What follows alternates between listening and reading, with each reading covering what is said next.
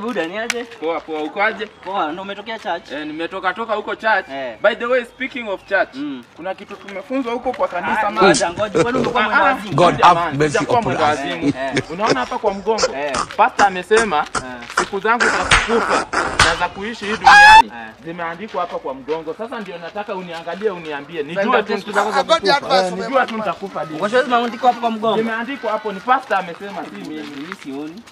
Ziko hapa kwa mlango. Wewe ngoja unanipima ama unataka niangalie nyashi yako? Sikupimi man.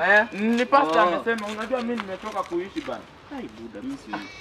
Angalia hapo bana. Jameni ulimwengu.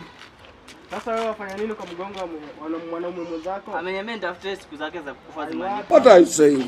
What are you saying? What is he saying? Maanisha zimeandikwa kwa mgongo. Haziwezi onekana. Haziwezi onekana. Hebu jaribu bana. Hata haziwezi onekana. Wewe unanipima, unataka tu nikufanyie massage na wewe ni ngumu. Mimi hadi hii economy ya Kenya hii imenichokesha bana.